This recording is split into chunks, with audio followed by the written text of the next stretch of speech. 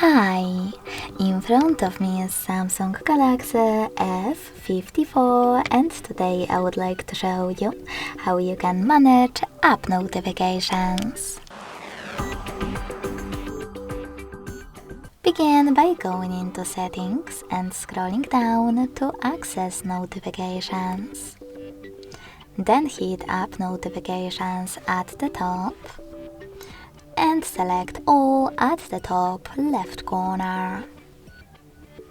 Then click on the best option for you. And finally click on the blue sweater next to one of your apps from which you want to block notifications. You can switch them back on by hitting the same now grey sweater. You can also just tap on one of your apps available on the left and manage all notifications from here.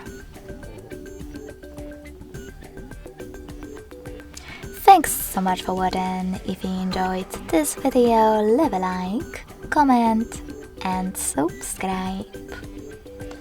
Bye!